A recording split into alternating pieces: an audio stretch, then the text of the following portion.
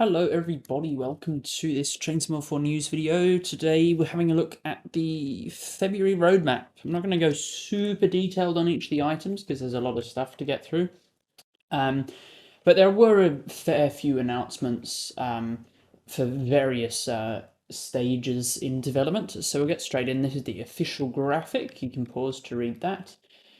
First up on the agenda is the Gospel Oak to Barking Line. We already knew about this. I've already made a whole video about it. So I encourage you to watch that if you'd like to learn more. We didn't really learn anything other than it's going to be completely confined to the Goblin, no extensions to Willesden or anything like that. So yeah, that's that. There's not too much going on. We've also got Salzburg to Rosenheim. They kept prattling on about how this was cross-border, but again, it's just a Schengen border. Like, all of the borders so far are Schengen. They're not that interesting. Nothing happens. I've already made a video on this one as well because we already knew about it, so I won't spend too much time on that. The first thing that we do know, and this I wasn't expecting, is the San Bernardino line, which is in sort of LA. It starts in LA Union and runs west to San Bernardino. So we've already got LA Union obviously over here, and that's where the Antelope Valley comes off up this way. And this runs more or less in a highway median, as you can see. That's why it's very straight, because it runs in a highway. Which of course means the scenery is pretty shockingly awful. Really awful. It's a single track running in the middle of a freeway, a motorway. It's awful. And then we get to San Bernardino, and that's where Cajon Pass jumps in. It would appear like we're just getting the Rotom cars, but we do get the MP36PH. I would assume for owners of trains, well, if you have to own Trains Mode 4, but I would assume that then the whatever the other one is, I've already forgotten. The other locomotive that came with Antelope Valley would layer on as well. It doesn't look like we're getting the bi-levels, but I guess maybe it's good to get an MP36. I mean, I've already paid for it once. It'd be nice if it laid back onto Antelope Valley, subbed in over there. 57 miles long, 16 stations, and I will make a full video on that. And this is the MP36PH, powered by renewable fuel, which just means you put a little bit more corn juice in the petrol, I'm sure. It looks a little bit too unweathered for my liking, but sure, whatever. Next is the Semmeringbahn. This was a curveball I wasn't expecting. And I saw another. Ooh, that looks nice.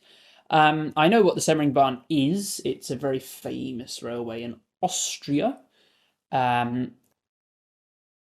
So we're getting with this the OBB 1116 and the BMZ coach, which are basically a tourist. So if you already got the Euro Sprinter, like the 182, I think it is, for rapid transit, or Hamburg to Lubeck, you get the ES64 there. The tourist trains, the ones that play a scale when they depart, and the BMZ is basically the Austrian equivalent of the intercity coaches that we got with the 101. So that'd be interesting. 68 kilometers, 17 stations. It is a truly fantastic railway. Tim Traveller did a video on it. I'll link it in the description if I remember. And I'm definitely going to make a full video on that. If they can pull off the scenery, it will be spectacular. It's a bit like Bernina Line in that regard, maybe slightly less difficult, because as you can see on the map, some of it is just straight normal tracks, and then we get into the sort of the Alp stuff. Anyway, we'll move on. I'll save the rest of my ramblings for a full dedicated video. We've got some screenshots of that. Here we've got our tourist train and the coaches. And we've got a Talent 1, which I presume is just being layered in for people who already own that. Again, this what appears to be the same scene, but just from a different angle. And the Taurus there. Next, we've got the Class 104 pack from Simtrack. I've covered this previously, I think, in the December roadmap video. We don't know too much that we didn't know already. If you weren't previously aware, this is a diesel pack, which includes the 104 and some freight cars that will come to Peak Forest. So they're Mark 1 diesel units. You can see the cab layouts there, quite similar to the 101, but visually on the exterior they're very different. And these will apparently primarily be running the Buxton Shuttle. And I couldn't help but chuckle when Dovetail kept referencing Peak Forest. People might not have Peak Forest because they're daunted by the steam, and I kept laughing to myself, saying, "Oh, people might not have Peak Forest because you can't do steam physics well." And you fix that. But whatever, sure, who cares? Next, we've got Cargo Line Volume 2 from Skyhook Games. This will be another pack that I would collect in a few months' time when they're on sale for a few pounds instead of 10 or 15. This has the HOA aggregate wagons and services for the Midland Main Line and Great Western Express only. Next, we have... Oh, we've just got some screenshots. So yeah, these are our HOA wagons they're not V2G livery, they're just in the random livery. Yeah, that's that. Next, we've got the Fife Circle from Rivet. This is our Scottish route. This is an interesting one. We get the Class 170 for the first time, which is nice. A little bit into Edinburgh, which we've already had, but on the whole, it looks nice. We go over the Forth Bridge, as you can see there. If they can pull that off well, it'll be very interesting. And it's a network, kind of ish, not just a linear route. So there's lots of scope there for interesting services, which should be good. It's a diesel branch, and as well, I haven't spoken about it later on, but it was mentioned. Skyhook are working on reliverying a Class 158 into Northern livery, which will then be able to run on this line. It's been sort of... Skyhook are working with that at the same time. Rivet are working on this, and they're sort of in a somewhat partnership, I guess. Anyway, we'll move on. We've got the first Japanese route. We really don't know much about it other than where it is. It's the Tadami line from Union Workshop. I will, of course, make a full video on this in due course. In the meantime, I'll have a look at the screenshots. It looks a little bit too green to me. I think, and I noticed that when I was looking at their Train Sim Classic stuff, everything is very saturated.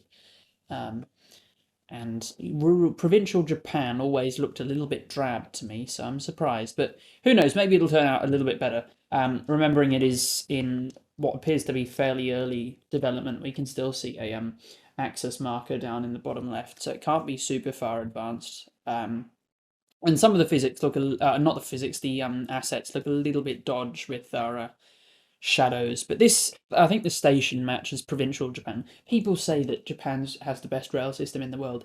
It doesn't, right? As soon as you get outside Tokyo, which by the way is the largest city in the world, so of course it's going to have a massive rail system. Once you get outside of Tokyo or Osaka or wherever, the level of service drops dramatically. You end up with stations that look like this. Like the modelling looks okay. I mean, obviously, remember it's still in early development, so that's why it looks a little bit, TS Classic kind of spec. So I would expect several months left on this one. Probably end of 2024 still, but it doesn't look awful, and there's some promise here. There's a nice looking level crossing. Next, we've got Formation Designer. We've got ourselves a sort of update on this. It will be available for Steam players to tinker around with in an open beta, but no one else.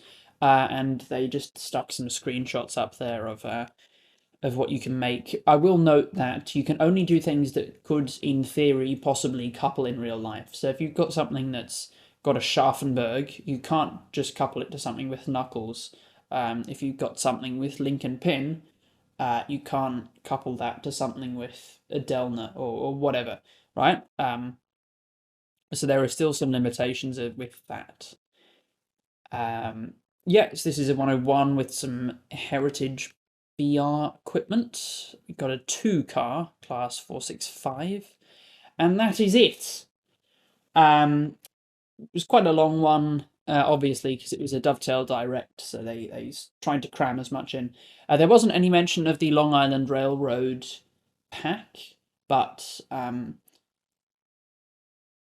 there is still one more unnamed US route if we jump all the way back up to the top.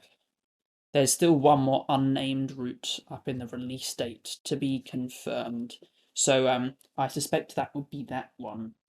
And I was sort of second guessing myself on the LIRR stuff, but I did cross check with the original source, and it makes sense because it's item 27 and they've already got items 26 and whatnot.